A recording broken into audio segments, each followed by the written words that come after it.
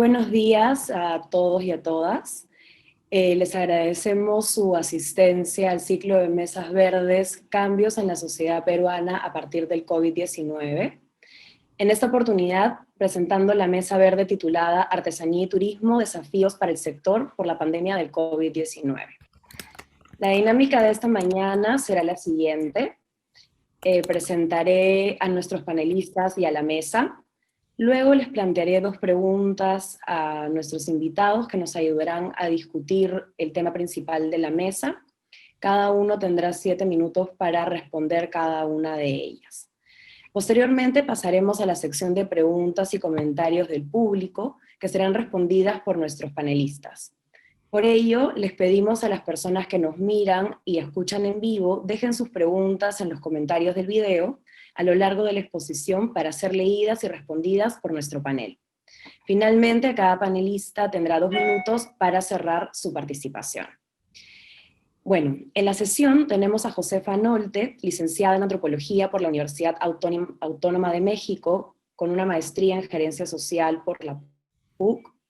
Ella se ha desempeñado en 3 grandes áreas: proyectos culturales de difusión de arte, artesanía y arte popular a través de la organización de exposiciones permanentes y temporales, la investigación de procesos productivos, tecnología y artesanías de los pueblos indígenas, proyectos de generación de ingresos y desarrollo en áreas rurales y periurbanas con perspectivas de género e interculturalidad. Ha sido directora de Antisuyo, directora general del Sistema Nacional de Museos, directora de Aid to Artisans Perú, coordinadora del Programa Conjunto de Industrias Culturales Inclusivas de la Organización de las Naciones Unidas, y recientemente directora general de Artesanía del Ministerio de Comercio Exterior y Turismo. También nos acompaña Sara Lucía Guerrero. Ella es licenciada en Antropología por la PUC, actualmente cursa la maestría en Antropología Visual en la misma casa de estudios, y es miembro del grupo de investigación en Antropología Visual. Especialista en gestión de patrimonio cultural inmaterial y arte tradicional con un enfoque de investigación audiovisual. Sus proyectos de investigación y temas de interés transitan desde el valor de la cultura como agente de cambio social y la visibilización de las mujeres en el campo de la producción artística y bienestar humano. Y finalmente nos acompaña Raúl Asensio, investigador principal del Instituto de Estudios Peruanos. Él es doctor en Filosofía y Letras por la Universidad de Cádiz, magíster en Estudios Latinoamericanos por la Universidad Internacional de Andalucía, Huelva, España, y por la Universidad Andina Simón Bolívar, Ecuador. Doctor en Filosofía y Letras por la Universidad de Cádiz, y sus investigaciones recientes abordan, entre otros temas, como el desarrollo rural, sistemas de género, políticas científicas y puesta en valor del patrimonio cultural. Muchísimas gracias a los 3 por acompañarnos en esta mañana. Creo que va a ser muy interesante poder escuchar las respuestas de cada uno de ustedes. Bueno, antes de comenzar me gustaría dar un breve contexto sobre la razón que estamos haciendo esta mesa, presentándola. Bueno, la producción de objetos artesanales en nuestro país es de larga data. En las regiones existe gran variedad de oficios que producen objetos artesanales. Esta ha sido una actividad de producción permanente dedicada a elaborar tanto objetos de la vida cotidiana, así como piezas de arte.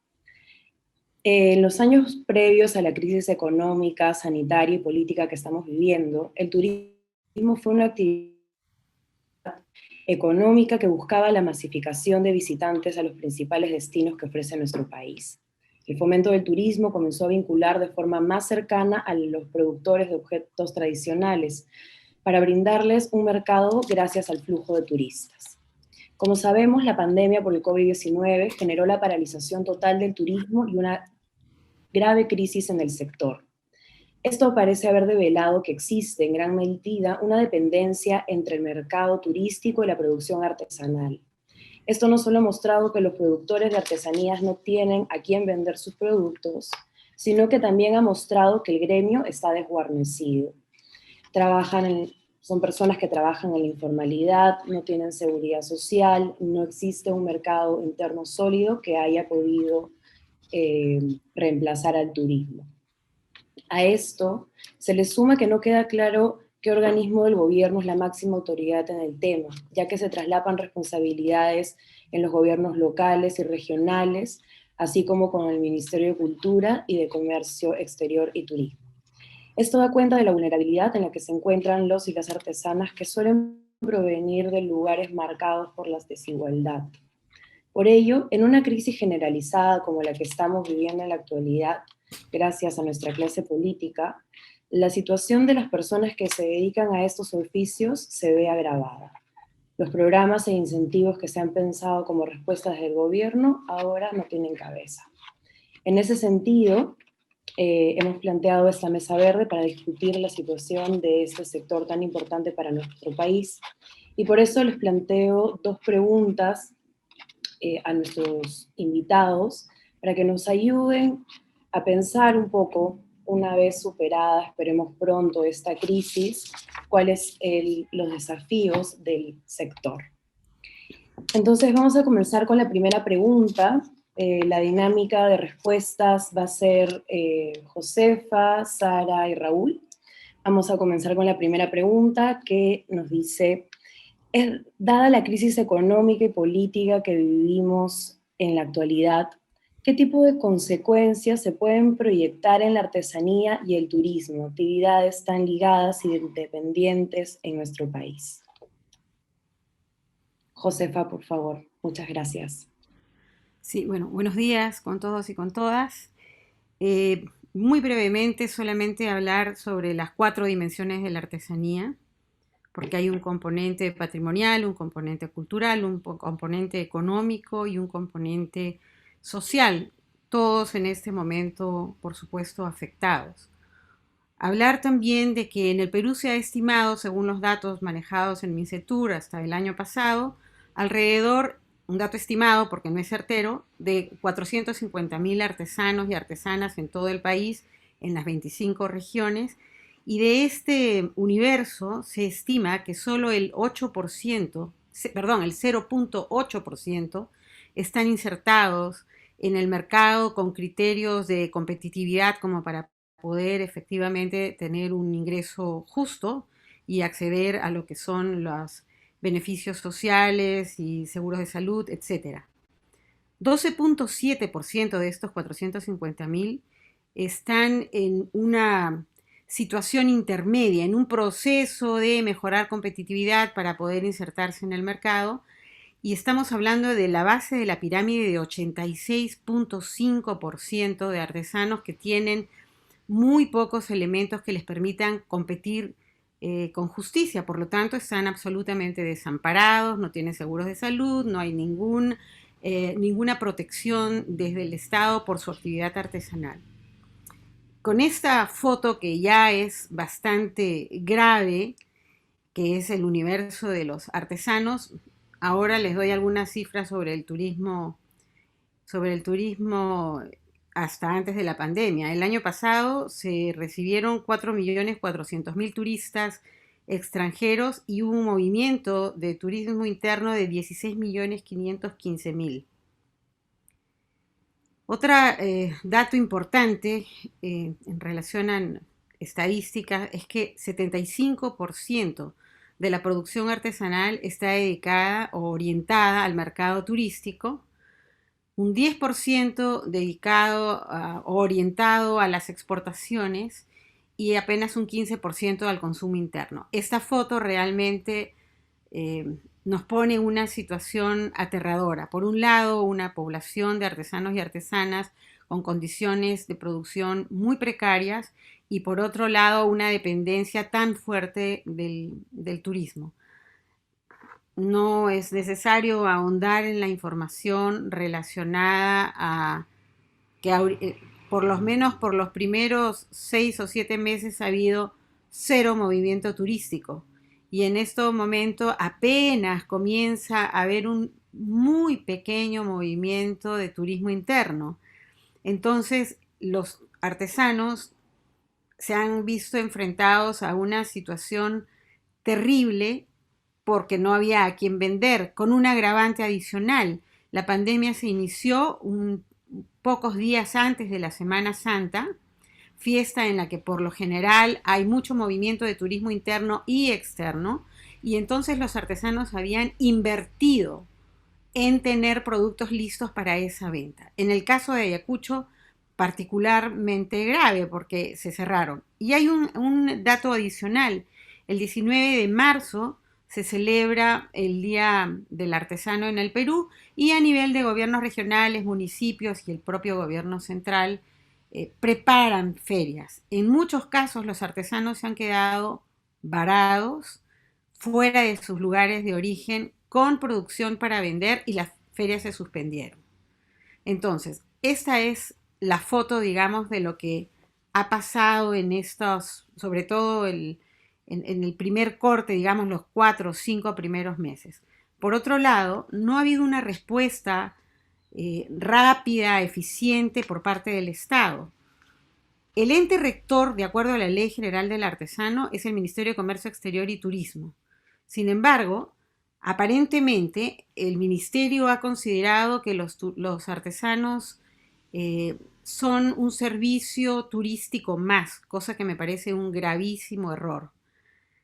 Y no ha habido ninguna atención orientada a este sector considerando las acciones inmediatas como respuesta que tendríamos que haber tenido. Por otro lado, las primeras acciones en relación a reactivar el sector artesanal han salido hace más o menos hace un mes, que es un concurso para poder capitalizar a los artesanos, amortiguar su producción. Sin embargo, no está claramente orientado hacia dónde va a ir esa producción. Si seguimos sin turismo, ¿qué hacemos capitalizando a los artesanos si no van a tener dónde vender? Desde mi punto de vista y opinión, y lo he venido repitiendo en varios foros, nosotros como peruanos, digamos el Estado y los entes responsables, que son principalmente el Ministerio de Comercio Exterior y Turismo, que es el ente rector, pero también el Ministerio de Cultura, que tiene una gran responsabilidad por ver toda la parte de patrimonio, y que de alguna manera ha sido quien ha respondido primero con algunos incentivos económicos, tendrían que estar previendo qué va a pasar. Creo que tendríamos que comenzar por el mercado interno, crear conciencia y hacer una gran campaña de posicionamiento de las artesanías. Existe encajonada ya una marca de artesanías del Perú, existe encajonado ya un plan para poder llegar a toda la población nacional para posicionar la artesanía, turistas o no turistas en este momento, pero con miras a que vayamos fortaleciendo el sector para cuando se reabran las puertas al turismo. Si me indicas los tiempos te lo voy a agradecer porque no tengo ningún reloj a la mano. Falta un minuto. Me he pasado, o sea que ahí corto. Gracias. Listo. Sara. Sí, ¿qué tal? Buenos días y gracias por la invitación. Creo que me gustaría rescatar lo último que mencionaba Josefa en torno a la demanda por la artesanía, pero antes hablar un poco sobre que la pandemia ha afectado no solamente los ingresos económicos de los artesanos y de la población dedicada al arte tradicional en el país, sino que también ha habido una repercusión sobre el ámbito cultural, que también lo mencionaba, ¿no? La transmisión de los saberes y los conocimientos han sido paralizados, ¿no? En ese sentido, por ejemplo, el Ministerio de Cultura, en relación a sus estímulos, bueno, los apoyos económicos que sacó a mediados de julio, estaban orientados justamente a activar no solamente la activación económica de los propios artesanos, pero también a activar esa transmisión de saberes y de conocimientos, ¿no? Que es algo muy importante de rescatar y resaltar en ese sentido, ¿no? Pero creo que esta paralización de todos los sectores, que ha sido nefasta para la economía y sobre todo para la economía de las familias más vulnerables, que es justamente ese 86% que mencionaba Josefa, de la población de los artesanos, ¿no? Que son poblaciones vulnerables y muchas veces ligadas a pueblos indígenas y poblaciones rurales, nos ha hecho, creo que, cuestionarnos este vínculo entre la artesanía, el arte tradicional, los objetos tradicionales, que son parte de culturas ancestrales en el sentido de que son culturas muy enraizadas, ¿no?, a ciertos grupos culturales de nuestro país,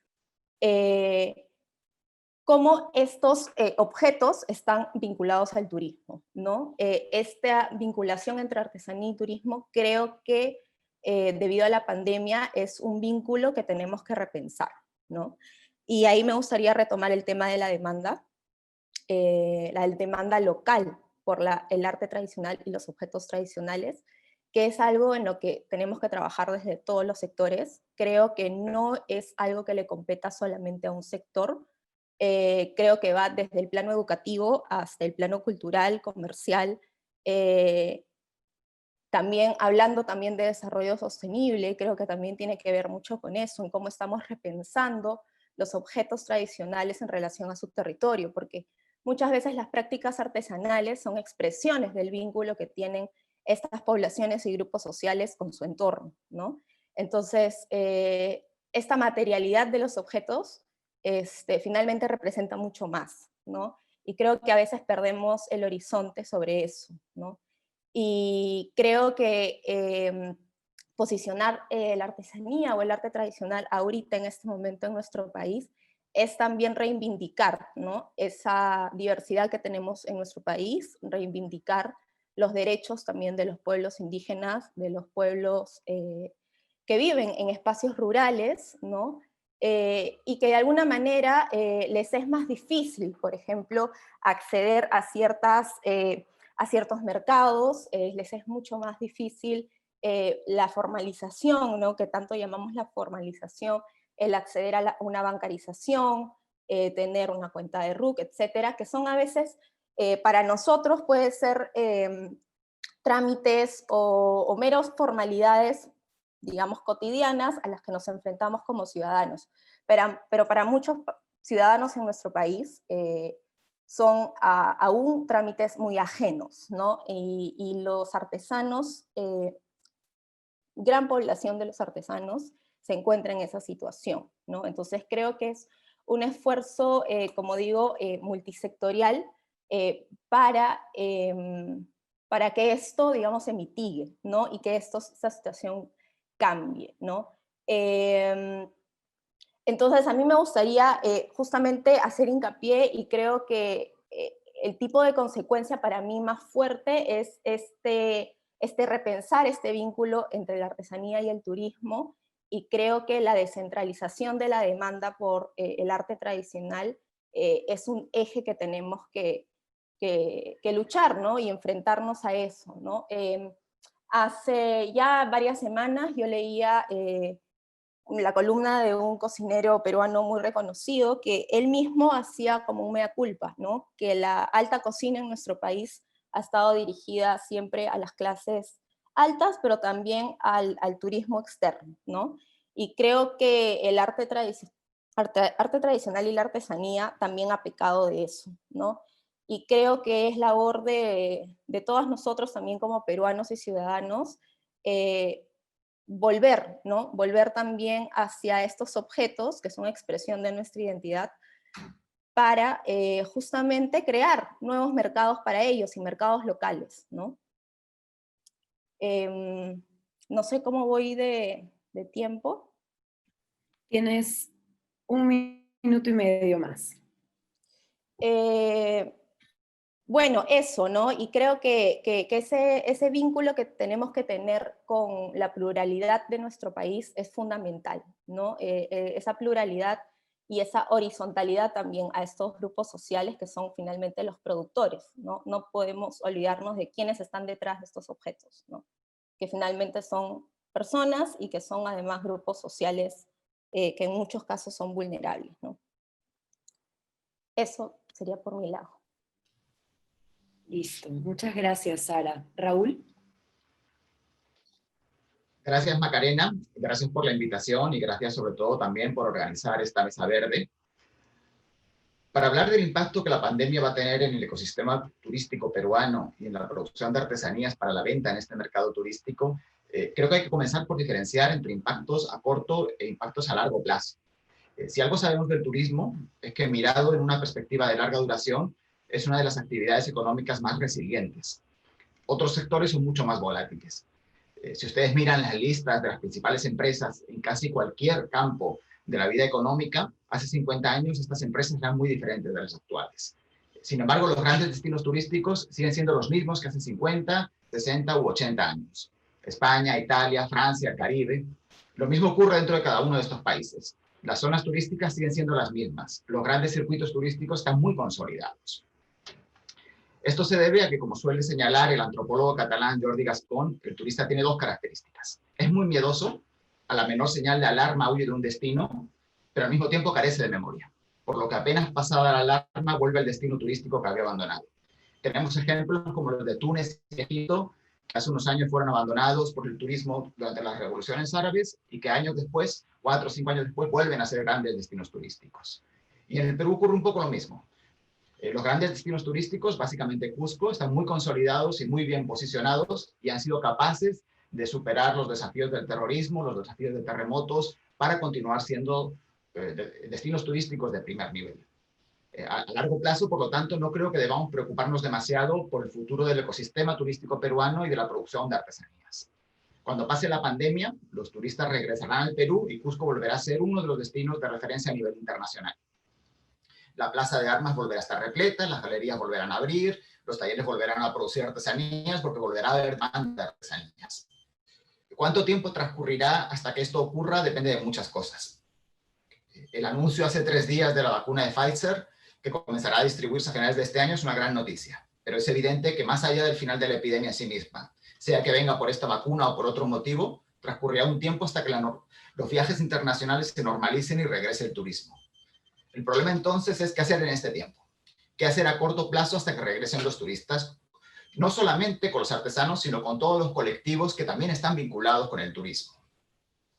Y no hay que olvidar en este sentido que si bien el turismo como industria es muy sólido, el ecosistema turístico peruano, tal como funcionaba hasta inicios de este año, estaba constituido por miles de pequeños negocios y emprendimientos que en sí mismos eran muy frágiles. Esto quiere decir que probablemente vamos a asistir, o estamos asistiendo ya, a un proceso masivo de destrucción y posterior recreación de un ecosistema turístico. Y de un ecosistema turístico compuesto por pequeñas y por microempresas.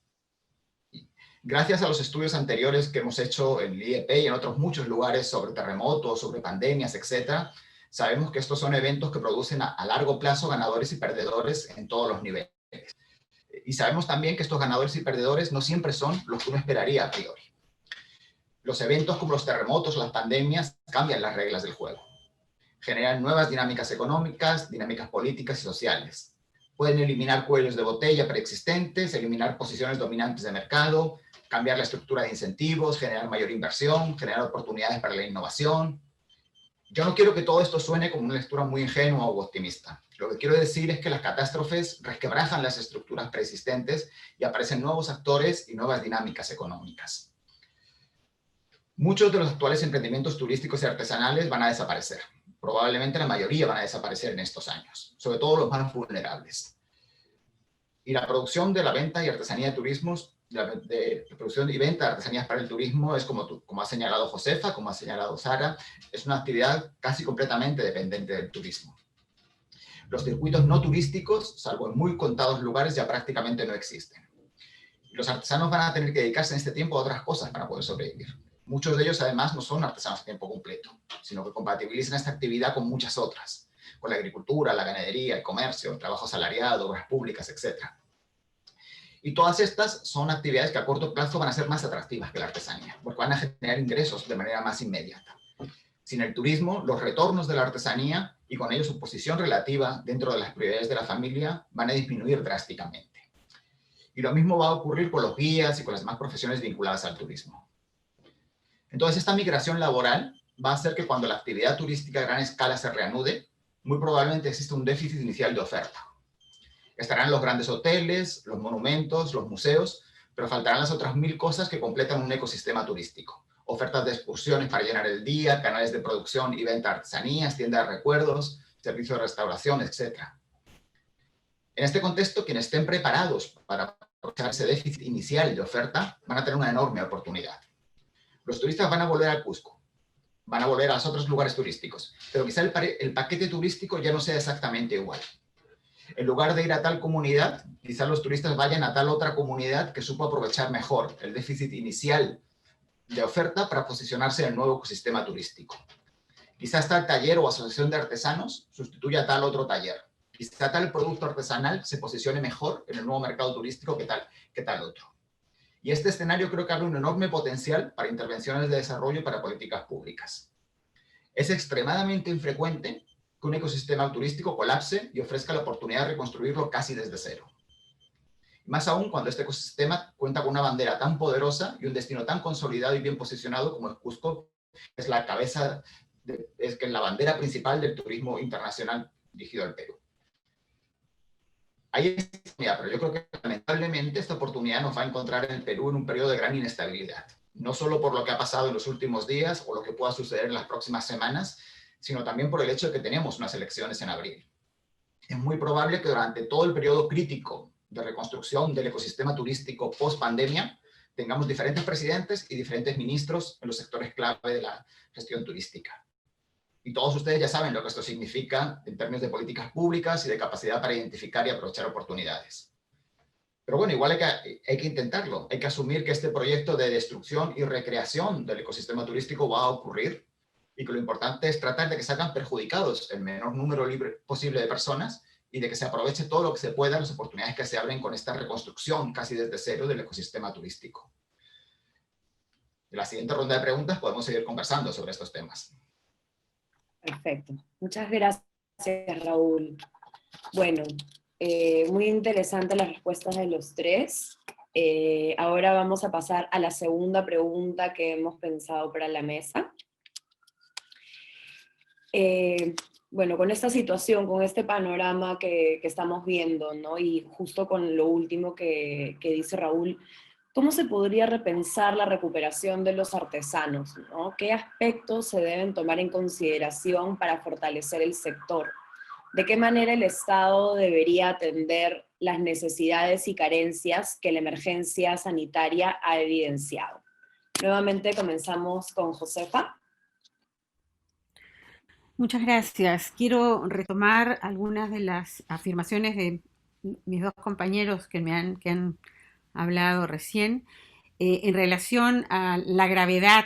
Por un lado, bien dices, Raúl, que los artesanos en muchos casos tienen la actividad artesanal como una actividad complementaria, generalmente a la agricultura o a la ganadería locales, pero también a quienes viven en las ciudades están ya vinculados a otros temas como pueden ser profesores o ser taxistas, en fin. Lo grave de que los artesanos dejen de ser artesanos es que uno no se inventa artesano en un día. Los artesanos normalmente, y lo dijo muy bien Sara Lucía, es que los dan y aprenden a lo largo de su vida. Y este conocimiento abarca mucho más cosas que el producto final. Abarca una tecnología, abarca un conocimiento de su medio ambiente y de todo el proceso para manejar esa materia prima que se encuentra localmente, pero también su cosmovisión va puesta ahí. Y este es el reto mayor. Nosotros no tenemos que seguir exclusivamente las reglas del mercado. Es importante porque genera un ingreso económico a poblaciones vulnerables que generalmente además están ubicadas en zonas de pobreza y de pobreza extrema, asociados a los pueblos originarios del país. Por eso es importante pensar en los ingresos económicos, pero también es importante el que puedan mantener su tradición, su cosmovisión y sus procesos productivos. Y es ahí donde viene el gran reto. Los turistas, y lo vemos con algunos productos que realmente en el camino han ido desvirtuando las condiciones de su origen, y por ello cuando inicié mi intervención anterior hablé de las 4 dimensiones de la artesanía. El tema patrimonial es una mesa de 4 patas, ninguna puede ser corta porque eso desestabiliza el sector. Pero nadie se inventa artesano de un día para otro. Eventualmente puede dejar un tiempo de practicar la artesanía que aprendió, pero no la va a aprender en un mes o 2. Por eso, estos periodos largos en el que se deja de producir tienen consecuencias graves. Me voy a referir al periodo de violencia en Ayacucho, donde muchas familias tuvieron que trasladarse a la ciudad de Lima, y donde sus hijos perdieron el contacto con la producción textil, con la producción de cerámica, y aún aquellos que han retornado a sus pueblos de origen posteriormente, pero ya en la adolescencia, no lo aprendieron. Todo ese grupo de personas perdió este conocimiento, perdió esta sabiduría, y ya eso es irrecuperable. En ese sentido, a mí me parece que ya tendríamos que tener políticas del Estado orientadas a eso, a poder lograr que los artesanos mantengan tradiciones, continúen trasladando sus conocimientos a sus hijos, y si es necesario, apoyados y vinculados a la escuela, que no ha sido necesariamente de esa forma históricamente. Por otro lado, nadie produce artesanía si es que esa no va a tener un fin.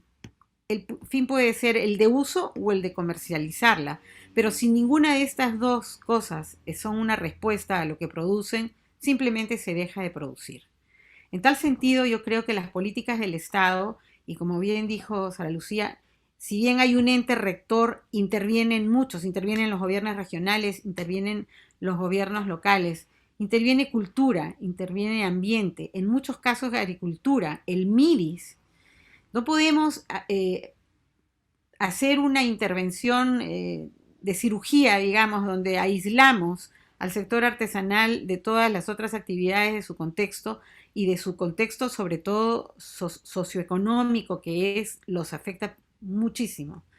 Yo insisto que es clave, por un lado, la recuperación de las técnicas tradicionales asociadas a las escuelas de diseño del país para poder contemporizar algunos productos que puedan reinsertarse en el mercado, capitalización de los artesanos, y en algunos casos es simplemente una subvención. Pienso, por ejemplo, en los amautas, que no son tantos y que no han recibido nada en este periodo. Perfectamente podríamos pensar en que estos amautas, que son quienes han liderado y han transmitido el conocimiento a tantas personas, pudieran recibir una subvención del Estado como han recibido otros sectores. Pienso también en el rol del Ministerio de Educación, en el sentido de que la educación bilingüe intercultural, pero también la educación en pueblos donde no necesariamente hay otra lengua, pero sí otra cultura, se enfatice el rol de las artesanías en el país. Y pienso que dentro de las currícula de la primaria y la secundaria deberían incorporarse también temas vinculados a la artesanía. Creo que el abordaje es un abordaje multidimensional, siempre importante el posicionar a la artesanía en el mercado interno. ¿Me avisas tiempo? Si me levantas la mano, yo corto. Tienes todavía 1 minuto. Perfecto. Entonces, resumiendo, la intervención para el sector artesanal es multidimensional. Es importante hacerles llegar incentivos económicos que puedan permitirles mantenerse en la actividad, tener conciencia de que en muchos casos es una actividad complementaria como ingreso, fortalecer los temas de identidad y de la diversidad, llegar a los pueblos más alejados, que son los más afectados, comunidades nativas en la Amazonía y comunidades de altura en el caso de la sierra, pero también en toda la costa. Hay una serie de pueblos que están aislados y que son grandes productores artesanales y que no están recibiendo ningún tipo de ayuda, y creo que tendría que haber una mesa de concertación entre los ministerios que tienen roles protagónicos en estas políticas, que son MINCETUR, Cultura, el MIDIS, el Ministerio del Ambiente, y el Ministerio de Agricultura, que es quien tiene llegada a un mayor ámbito geográfico. Gracias. Listo, muchísimas gracias, Josefa. Sara. Ahí estoy. ¿Estás con el... Sí, ya estoy con el micrófono. A mí me gustaría traer digamos, variables importantes, son un poco coyunturales, y creo que de la mano de, de estas dos variables, junto con otras, podríamos pensar en una recuperación sostenible, creo, del arte tradicional, y creo que tiene que ver con los jóvenes y tiene que ver con la tecnología.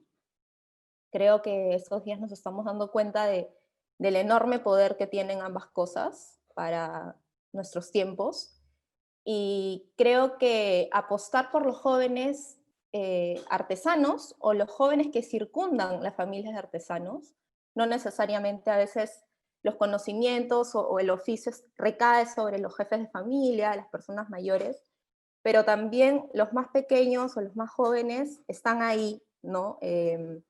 Rondando, y creo que ellos también pueden ser un aliado para esta nueva reconfiguración que también mencionaba Raúl, del sector, ¿no? De cómo debe ser el sector. Creo que darle también y empoderar a los jóvenes artesanos o familiares de artesanos es clave y fundamental en este nuevo horizonte que se nos pinta, ¿no?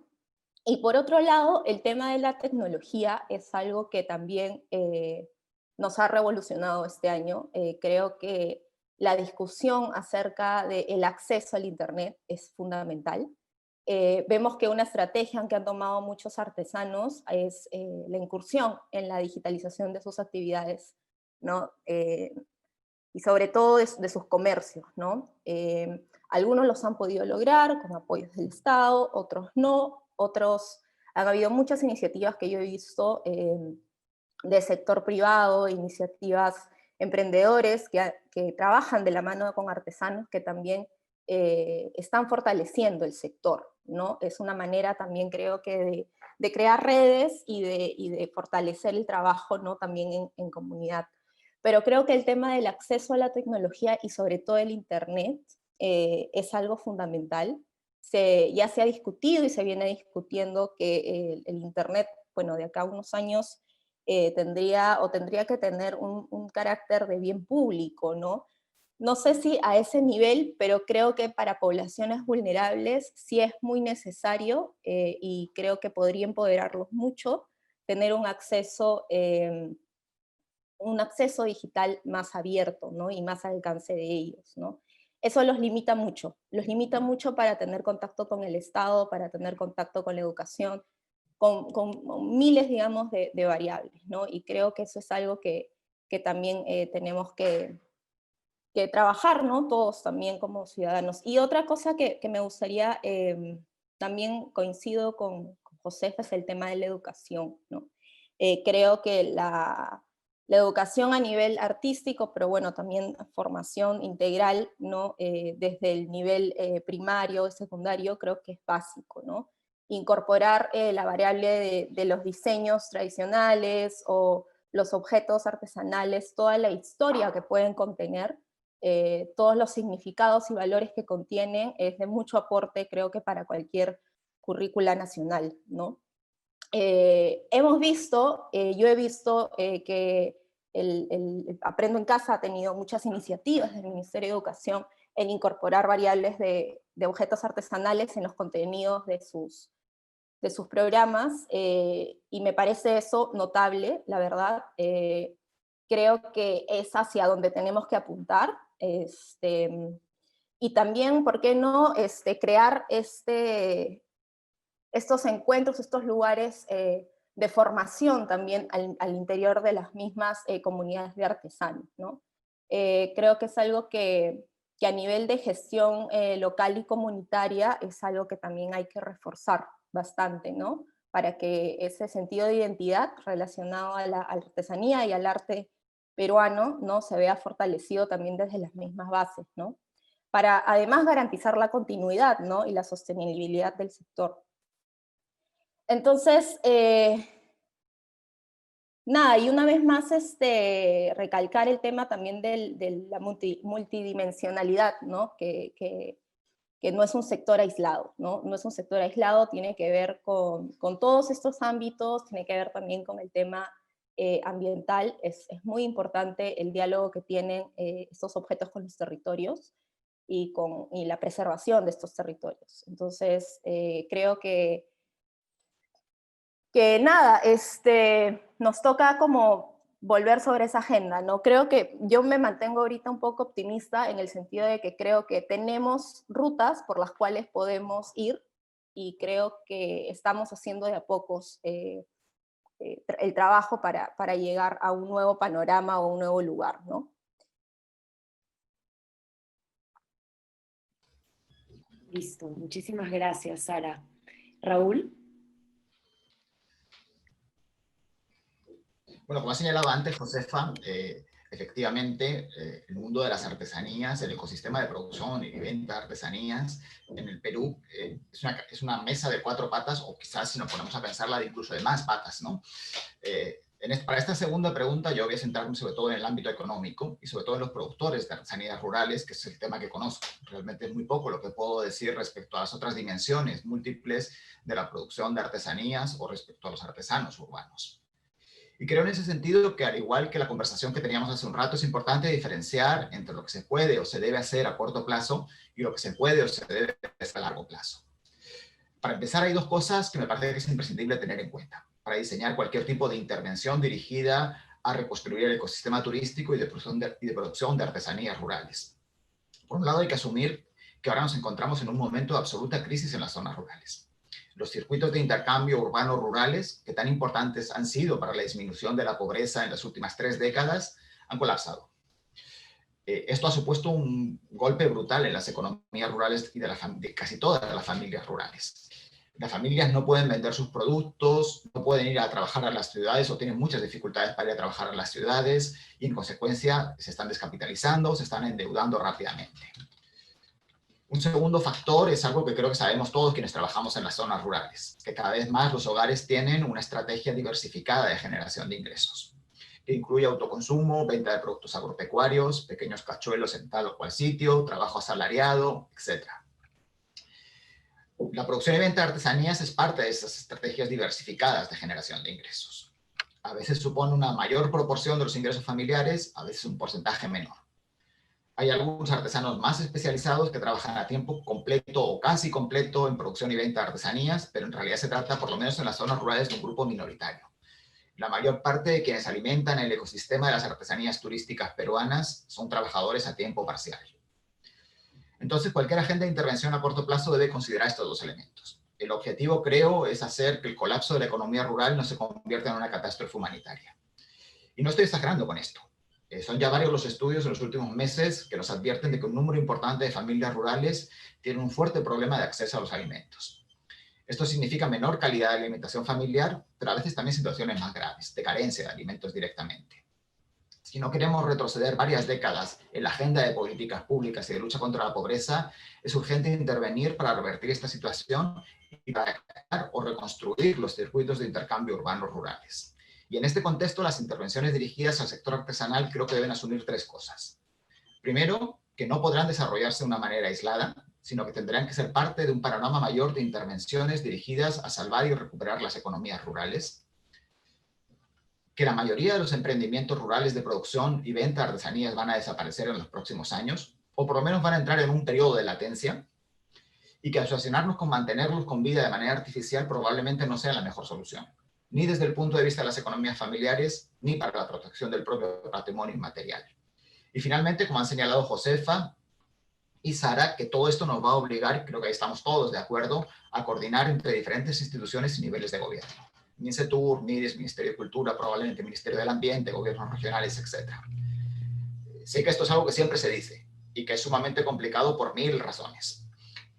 Pero creo que esta vez, dada la magnitud de la crisis, probablemente sea la única salida. O hacemos algo de manera coordinada o todo el ecosistema de producción de artesanías va a ser muy difícil lograr evitar que colapse. Todo esto no quiere decir que se deba abandonar la promoción de la producción artesanal.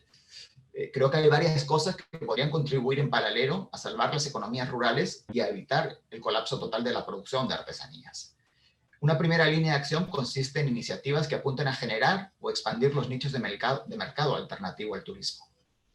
Estos nichos son diminutos en comparación con el turismo, pero existen. Clases medias urbanas, circuitos culturales, etc. En esta línea, uno de los grandes problemas de las economías rurales es que los márgenes de ganancia son mínimos. Esto hace que los productores no puedan asumir muchas veces los costos de transacción, porque estos costos de transacción se comen a la propia ganancia.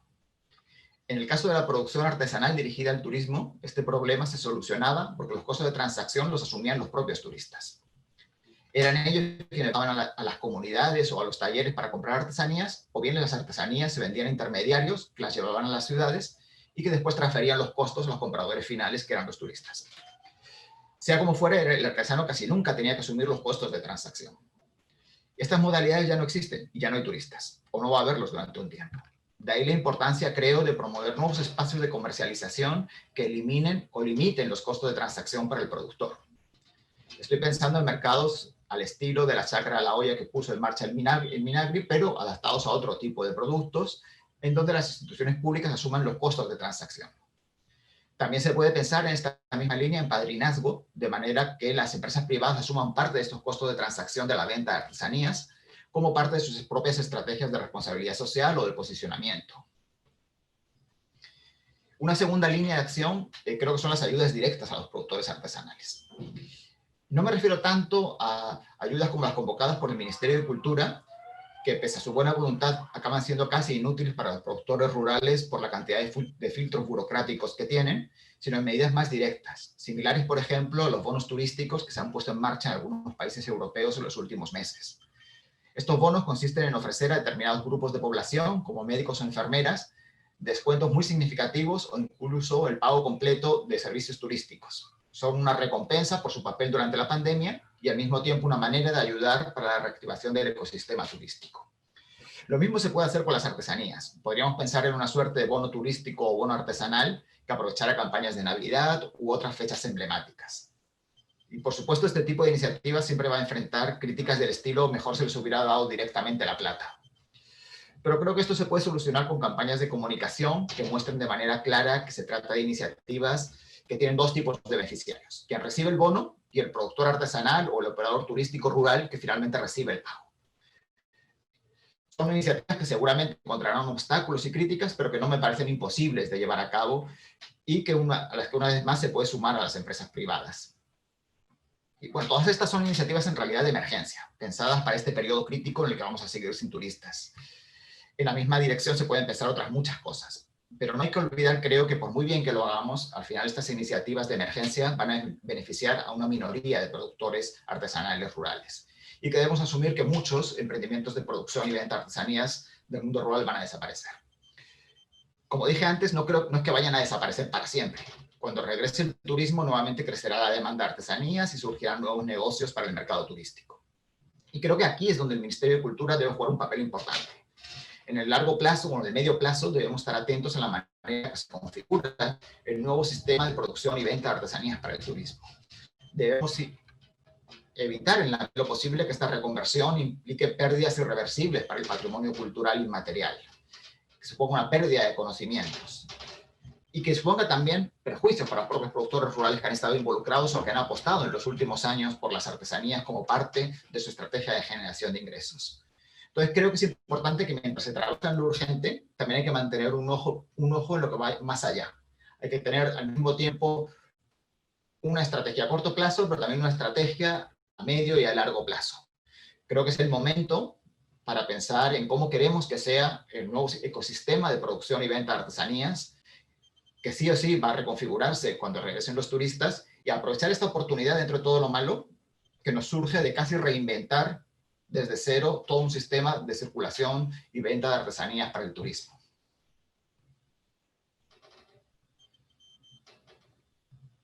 Listo, Raúl, muchísimas gracias. En realidad, las respuestas de los tres han sido bastante interesantes y sí, tenemos un panorama en adelante bastante complejo, pero creo que rescato esto que dice Raúl, ¿no? Que es una oportunidad. El sistema ya no existe, podemos volver a repensarlo. Entonces, para este momento hay algunas preguntas que han venido del público y bueno, las voy a dar en general. Quien quiera responderlas las puede responder, son bastante generales. Bueno, la primera viene por parte de Natalia González, y la pregunta va: ¿cuál es la situación de los artesanos que viven en las ciudades? ¿Su vinculación con el mercado es mayor? ¿Existen organizaciones de artesanos que estén planteando propuestas ante esta situación? Ahí van como dos preguntas, ¿no? Por un lado, la de si, cuál es la situación de los artesanos en las ciudades, y la otra, ¿existen organizaciones de artesanos que estén planteando propuestas ante esta situación? Y la segunda pregunta viene de parte de Jan Gutiérrez, escribe desde la región de Ayacucho, y nos pregunta qué estrategias se podrían implementar para que los artesanos tengan mayor celeridad y se adapten al comercio electrónico y no dependan mucho de las visitas presenciales, como las ferias, las exhibiciones o las ruedas de negocio. Podemos ir comenzando con esas dos preguntas.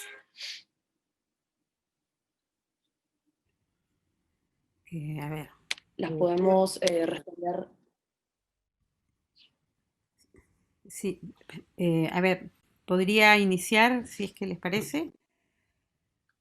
Sí. La situación de los artesanos en las ciudades es totalmente diferente que los artesanos que están en las zonas rurales, evidentemente.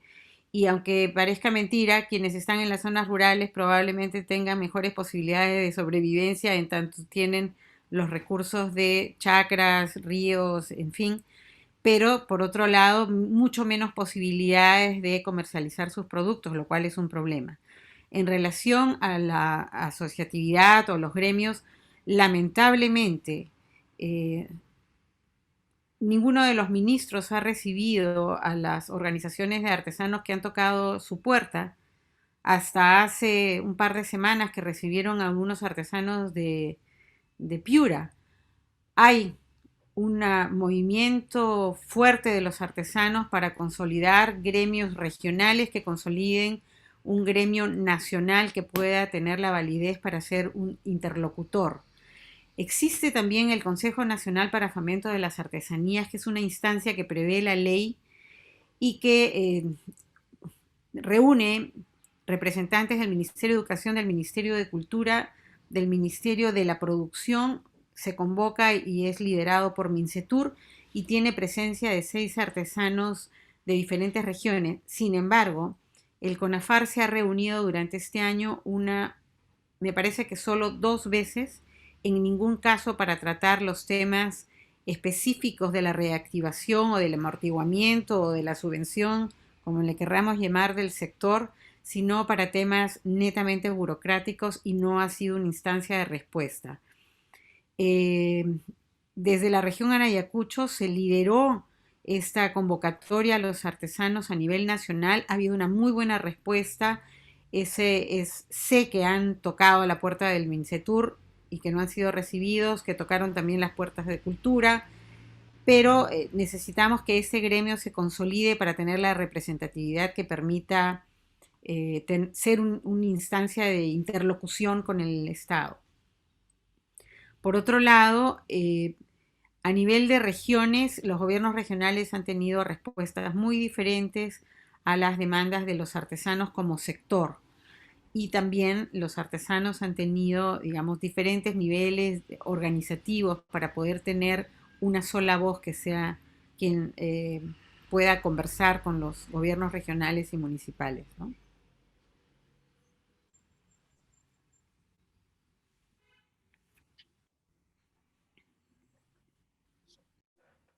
¿Aló? Sara. Sí. Sobre la primera pregunta, sí, ¿no? La situación de los artesanos en las ciudades o en entornos urbanos es mucho más ligada a los mercados mayores, ¿no? En una situación, digamos, de normalidad, ¿no? Ahora, como también mencionaba Josefa, los artesanos que son más vinculados a áreas rurales tienen otros modos también de sobrellevar la pandemia, ¿no? Pero los artesanos que están vinculados a las ciudades efectivamente se han visto gravemente tocados, ¿no? Con la situación y con este corte abrupto, ¿no? Y representa, ¿no? Representa un grave peligro en ese sentido, ¿no? Porque dependen más de la ciudad y de todas las dinámicas citadinas a las que estamos inmersos, ¿no? Y creo que también esta coyuntura ha mostrado, ¿no? Esta fragmentación o esta, si bien hay intentos, ¿no? De generar un gremio, una asociatividad nacional, igual creo que aún no se ha logrado, ¿no? Al 100%, y que a mí me parece personalmente importante, ¿no? La asociatividad de los artesanos, sea nacional, sea regional, por sectores del país, para llevar una voz articulada, ¿no? Y finalmente, sobre la segunda pregunta, ¿no? Que mencionaba acerca de las estrategias para adaptarse al comercio electrónico. Eh, bueno, esta pandemia, como antes lo mencionaba, ha sido un punto de quiebre, ¿no? En ese sentido. Entonces, por ejemplo, desde el Ministerio de Cultura, uno de sus apoyos económicos estuvo directamente dirigido a ese objetivo, ¿no? A digitalizar sus actividades artesanales, ¿no? En esta línea de apoyo han sido beneficiados 79 entre colectivos y asociaciones de diferentes partes del Perú. Pero, sin embargo, también tengo entendido que el Ministerio, el MINCETUR, también tiene algunos apoyos que están ahí en curso, ¿no? Algunos apoyos económicos en cursos dirigidos a este objetivo, ¿no? No obstante, creo que la estrategia a mediano plazo es fortalecer, ¿no? Esta educación digital en el sector y sobre todo con los más jóvenes, incorporarlos de a pocos, ¿no? Porque lleva tiempo, ¿no? El tema de la tecnología y el aprendizaje digital no es algo muy sencillo. Personalmente yo trabajo con artesanos en el Ministerio de Cultura que tienen tiendas virtuales, que tienen que estar en contacto con tecnología de manera diaria, y a veces no es fácil, ¿no? Tenemos que sobrellevar, ¿no? Esas limitaciones que a veces tienen, pero además es un sector muy resiliente, ¿no? Eso hay que destacarlo, eso se muestra en el arte mismo que hacen, y creo que son muy abiertos al aprendizaje, ¿no? Entonces, yo también en ese sentido me sigo manteniendo optimista. Creo que ahí hay una puerta que se ha abierto, que es nada, puede redefinir el sector, ¿no?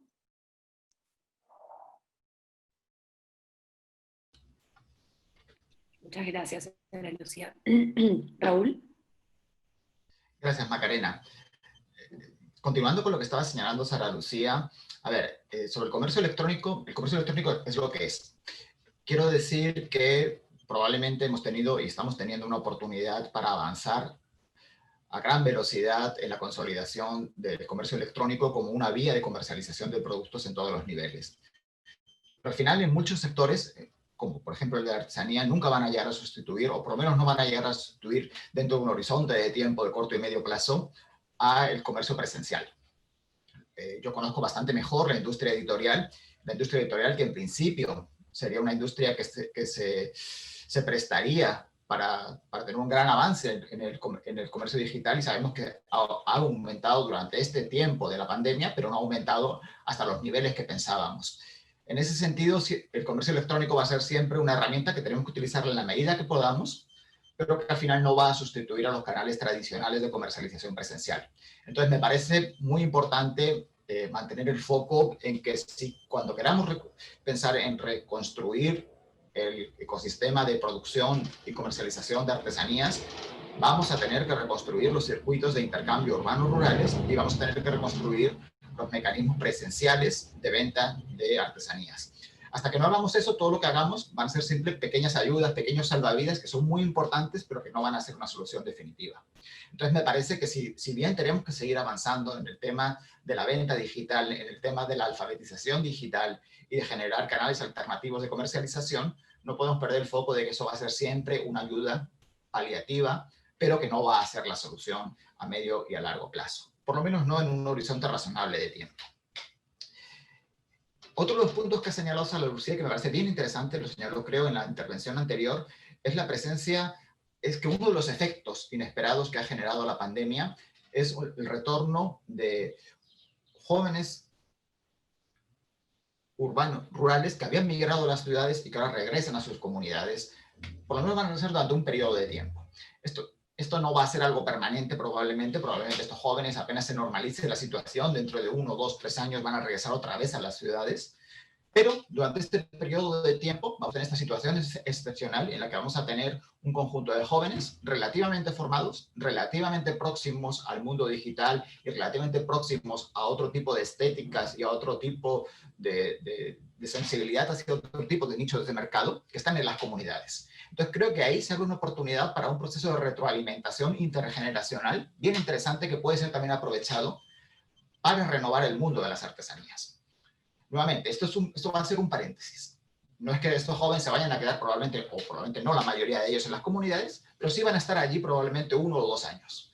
Entonces, podría pensar en aprovechar este paréntesis para también entablar ese diálogo intergeneracional que puede ser nutritivo en ambos sentidos y que puede ayudar también a dinamizar el mundo de las artesanías, no solamente en su dimensión comercial, sino también en su dimensión de producto cultural.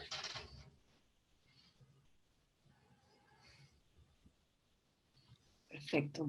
Muchísimas gracias. Josefa quería complementar algo sobre la pregunta anterior. Sí, quería retomar, y discúlpenme, no lo hice en mi intervención anterior, lo olvidé, es el tema de la digitalización de los artesanos. Coincido plenamente con Raúl en el sentido de que no va a sustituir la venta presencial, pero por otro lado, la respuesta que ha habido en este periodo es que los municipios, los propios artesanos, las asociaciones han construido plataformas, hecho PDFs, construido páginas web. Entonces hay una, por decirlo de alguna forma, una pulverización de la oferta artesanal. Y si alguien desde afuera quiere acceder a compras de artesanías peruanas, se va a encontrar con una multitud de oferta pequeñita. Yo he sugerido en algún momento la necesidad de tener una gran plataforma, como si fuera un gran mercado que consolide la oferta digital de artesanías del Perú, no solamente a través de las redes, Facebook, Instagram, que los artesanos, y ahí sí, los artesanos de la ciudad tienen una ventaja frente a los artesanos rurales porque en muchos casos no hay internet. Hablemos de las regiones amazónicas y aquellos artesanos que están a 2 días de río no tienen señal ni de teléfono, ni de internet, ni de nada. O sea, ellos están en otro mundo. Pero quienes sí tienen acceso al internet, aunque sea temporalmente, y que están tratando de llegar con una oferta digital, está demasiado diversificado.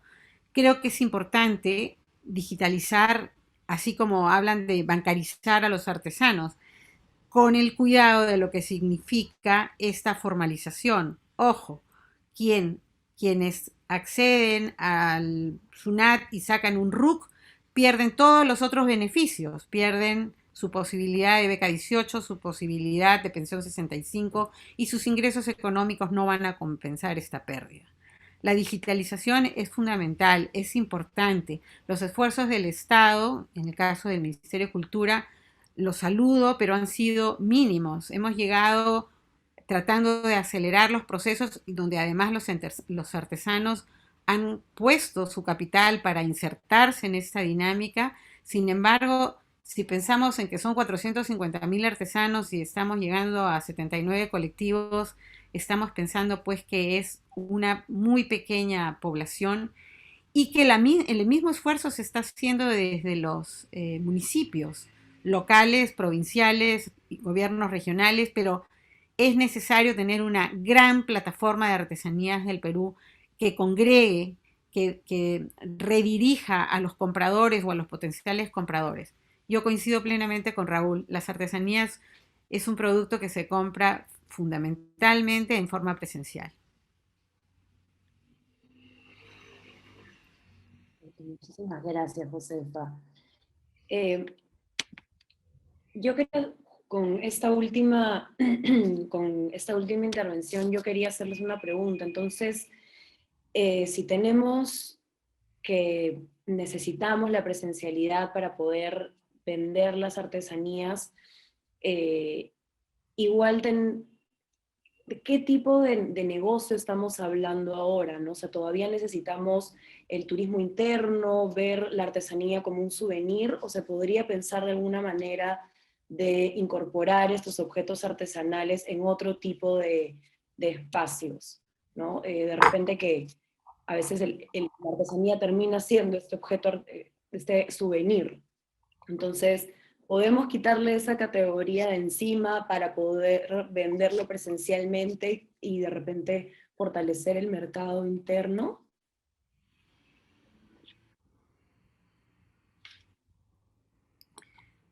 Podemos comenzar nuevamente contigo, Josefa, si deseas. Sí, claro, con mucho gusto. Probablemente la categoría que desvirtúa más las características de la artesanía sea el souvenir. Yo apuesto por la artesanía que mantiene identidad y que tiene un pie en el ADN y un pie en la modernidad. Apuesto a la artesanía no necesariamente utilitaria, pero sí de uso para una mayor cantidad de la población. Por ejemplo, pensaba al inicio de la pandemia, donde todos estábamos encerrados y donde la gente salía poco y estábamos con estos protocolos de seguridad. Dios mío, esta es la oportunidad para toda la gente que hace bolsas y cestos y no la estamos aprovechando suficiente. Pienso en que tenemos que incorporar los productos artesanales a nuestra cotidianidad, a la parte más de uso. No puedo evitar no pensar, por ejemplo, en los mexicanos, donde hubo una gran campaña del Estado hacia los 70s y 80s de posicionar la artesanía en su población y cómo las mujeres mexicanas portan los huipiles con gran orgullo. Eso difícilmente lo vemos en el Perú, quizás en una población más joven, pero en mi generación menos. Pero creo que tenemos que apostar por ese producto artesanal, por esa artesanía que no es el souvenir y que no está hecha pensando en el gusto del otro, sino pensando en la identidad, en la recuperación de tradiciones, de colores, de formas, para llegar a un público nacional que pueda apreciar, porque además no se trata de abaratar los productos. Desgraciadamente, cuando hablamos de competitividad o de productividad, muchas veces hablamos de bajar la calidad para poder bajar el precio y alcanzar al nicho de mercado que buscamos. Creo que hay que, por eso, trabajar mucho en la conciencia del comprador nacional, pensando que esta es una etapa que nos permitirá llegar, cuando regrese el turismo, en mejor parados, teniendo un pie en lo peruano, en lo nacional, en el público nacional, y pensando en que podemos llegar a los turistas en el siguiente paso. ¿Sara? Sí, a mí me gustaría igual hacer una acotación en relación a lo del comercio digital ahorita, y es el tema de que creo que el comercio digital o la digitalización, ¿no?, de las actividades comerciales de los artesanos no quita, ¿no?, ese vínculo que puedan tener las personas con los objetos. Es distinta, efectivamente es distinta porque estamos hablando de otro plano muy distinto al material, pero creo que también no solamente es un intento complementario, ¿no?, a las otras actividades presenciales que puedan desarrollar, eh, que además fortalece, ¿no?, las actividades presenciales que se puedan dar, las dinámicas alrededor del arte tradicional y los objetos, pero también es un esfuerzo por visibilizar, ¿no?, sus actividades. Entonces, la conquista del espacio digital por parte de la comunidad de artesanos creo que es también algo importante, ¿no?, por la cual se tiene que apostar, me parece.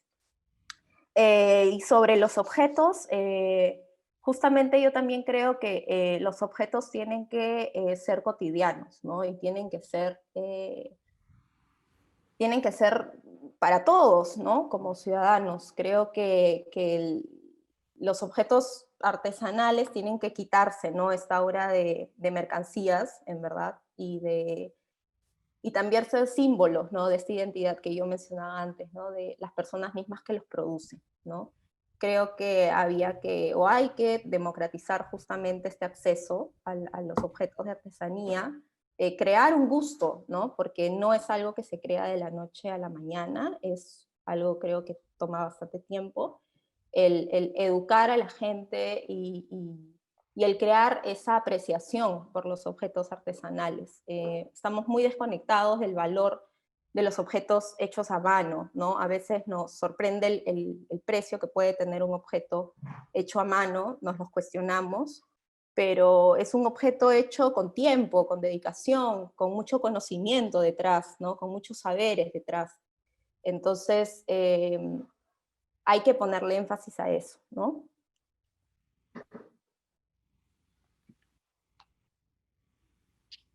Raúl. Sí.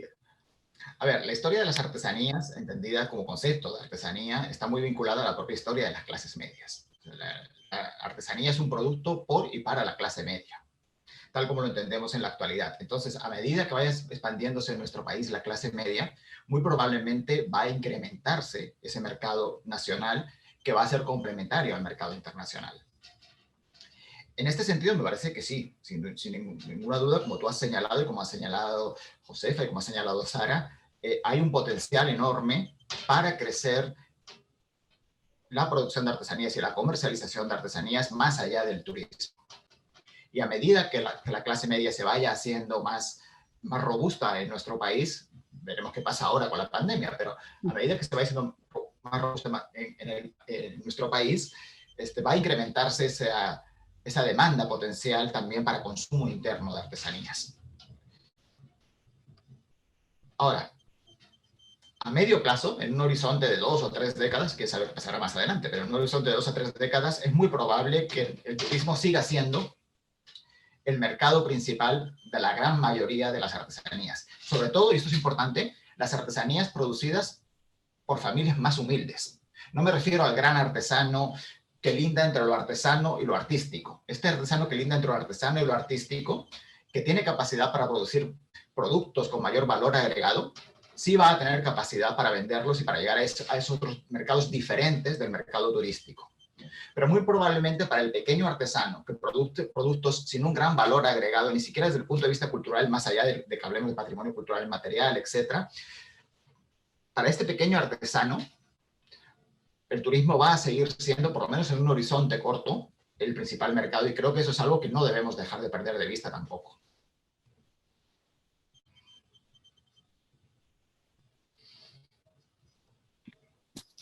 Bien, tenemos dos preguntas, comentarios más, aún estamos con tiempo para poder responderlas. Bueno, la siguiente pregunta es de parte de Paula Tapur. ¿Qué mecanismos de participación existen para reconocer y articular las demandas y necesidades del sector artesanal? Tengo la impresión de que las y los artistas tradicionales se organizan dentro de ámbitos familiares y asociaciones locales, pero no existe alguna organización que sea representativa y logre visibilizar y encaminar estas necesidades. Desde los ministerios de Cultura y Turismo, así como desde la sociedad civil, ¿qué esfuerzos han habido en ese sentido? Por otro lado, en el contexto actual de la marca país y la promoción de las diversidades étnicas y culturales, ¿cómo evitar caer en la trampa de objetivar la cultura? Y creo que podemos ir respondiendo esa y luego vamos a la siguiente que también es un poco larga.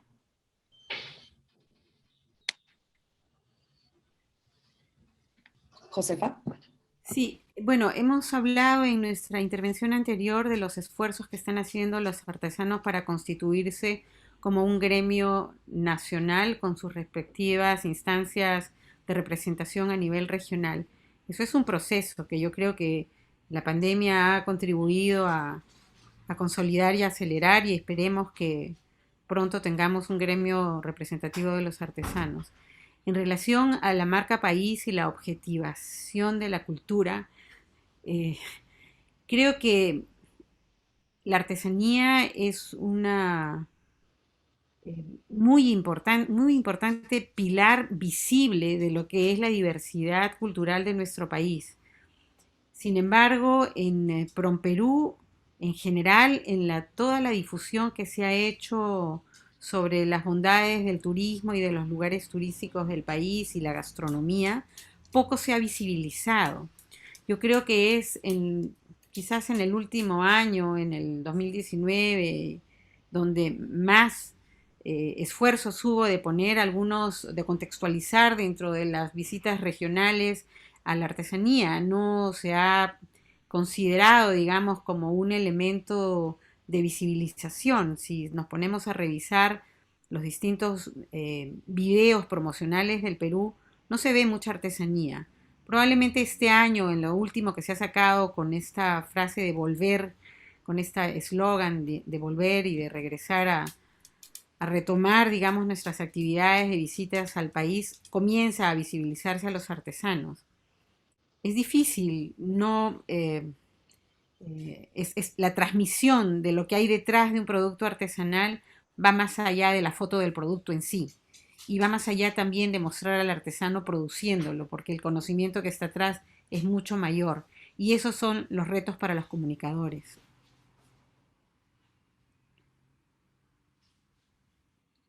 ¿Sara? Sí.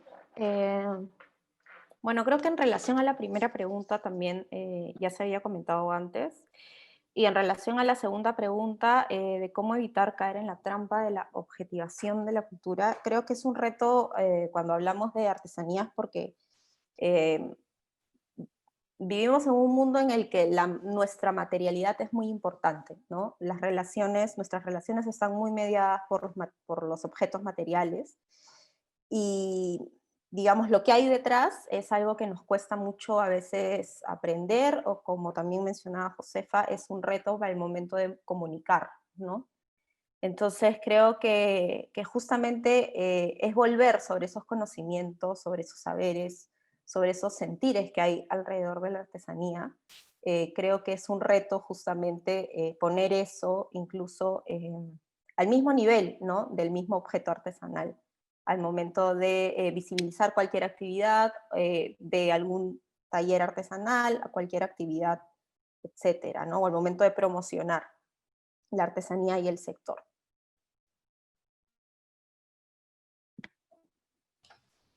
Raúl. Yo me preguntaría, ¿qué queremos decir con la trampa de la objetivización? Es decir, los objetos, las artesanías son objetos y siempre han sido objetos. Y en ese sentido, desde que surge la artesanía, en los tiempos remotos, la artesanía ha tenido un valor como transmisor de valores, como transmisor de conocimientos, pero también ha tenido siempre un valor de uso y un valor de intercambio. Esto está en la propia naturaleza de las artesanías, cuando todavía no se llamaban artesanías. Este valor de uso y este valor de intercambio. Sea valor de intercambio entre grupos humanos, o sea valor de intercambio entre grupos humanos y divinidades mediante las ofrendas. Entonces, esa noción de que existe un valor intrínseco de la artesanía, más allá de su condición de objeto, no acabo de tenerlo claro. Y en ese sentido no acabo de tener claro que exista un problema de objetivización o que eso sea un problema. Creo que más bien lo que puede resultar peligroso es tratar de desligar estas diferentes dimensiones que tiene la artesanía en sí misma, que tiene como valor, que encapsula valores, encapsula conocimientos, encapsula tradiciones, transmite identidades, pero también es un objeto que tiene valor de uso y valor de intercambio. Si tú le eliminas el valor de uso y el valor de intercambio, probablemente lo que vas a hacer es tener al final un objeto que deje de ser significativo para la propia comunidad que lo produce.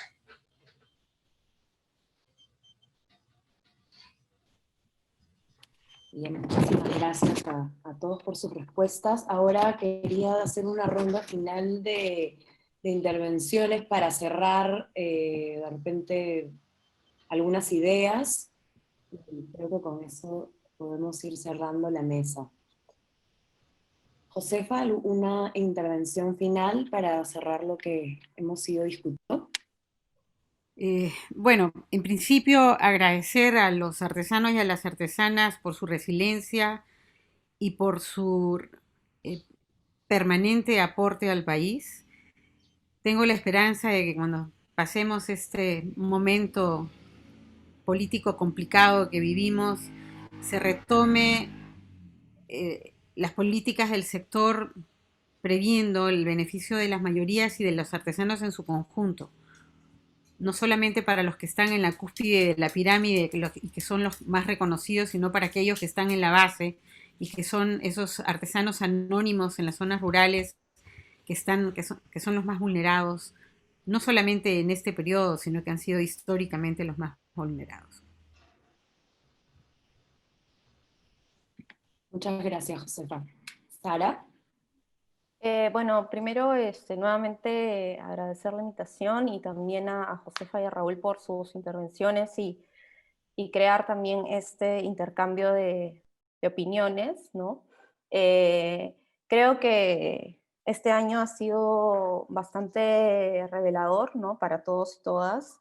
Creo que es importante también no olvidarnos, ¿no? De justamente lo que nos ha revelado esta coyuntura, este panorama de pandemia, pero también la crisis política.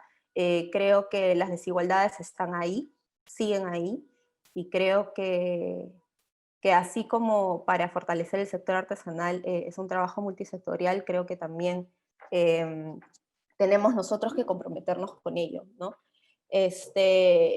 Y me queda también la imagen, ¿no? De tanta la resiliencia que han tenido los artesanos frente a esta coyuntura en este año. Creo que es muy importante destacarlo eso. Nos han dado muchas alegrías a pesar de los malos tiempos y los malos ratos que muchos de ellos y sus familias han atravesado. Y finalmente también me gustaría honrar a todos esos artesanos que este año han partido, que han sido afectados con la pandemia. Hemos perdido a muchos maestros y maestras, y nada, me queda eso por decir. Muchas gracias, Sara. Raúl. Al igual que han hecho Josefa y Sara, Macarena, agradecerte a ti, agradecer a Manolo, que entiendo que también ha estado en la organización de la mesa, y al Instituto por organizar esta mesa de debate, que creo que ha sido bien ilustrativa, interesante y también entretenida, intercambio de ideas. Y termino como empiezo, es decir, creo que a largo plazo podemos ser optimistas, va a regresar el turismo, vamos a reconstruir un sistema de producción y de intercambio de artesanías. Se trata de pensar cómo hacemos para que todo este proceso de destrucción y reinvención de este ecosistema turístico perjudique lo menos posible y aprovechemos en la medida de lo posible la oportunidad que se abre. Gracias a ustedes. Muchísimas gracias a los tres. La verdad es que esta mesa verde la hemos podido hacer gracias al instituto que nos ha permitido poder organizar este espacio. No quiero dejar de mencionar, como ha dicho Raúl, esta mesa ha sido organizada por mí, por Manolo Aparicio, también investigador del instituto, que en realidad para nosotros es muy importante poder discutir este tipo de temas porque viene siendo un tema constante de investigación para él y para mí. Y en ese sentido nos parecía interesante que en el instituto podamos seguir discutiendo sobre la situación del sector artesanal, del turismo, y por supuesto irnos planteando un futuro que sí, yo comparto con Raúl, puedo ser optimista, pero también con este reto que nos corresponde de poder crear un mercado interno fuerte, un mercado interno que no sea que nos compramos el chullo, la chalina solo cuando nos vamos de viaje, sino más bien podamos incorporar estos objetos a nuestra vida cotidiana de una forma mucho más cotidiana, valga la redundancia. Muchas gracias nuevamente a ustedes por darse el espacio. Estamos en un momento un poco complicado de nuestra realidad nacional y valoro muchísimo que se hayan dado el tiempo para poder discutir sobre estos temas. También agradecerle al público que nos envió sus preguntas y sus comentarios. Con esto terminamos la sesión. El video de la mesa verde virtual lo van a poder encontrar en las redes sociales del Instituto de Estudios Peruanos, y nuevamente muy agradecida a todos por su participación. Muy buenos días, y hoy día en la tarde tenemos un compromiso con nuestro país y espero que todos desde nuestros lugares podamos volver a la institucionalidad y al Estado de Derecho que nos corresponde como Perú. Muchísimas gracias y buenos días.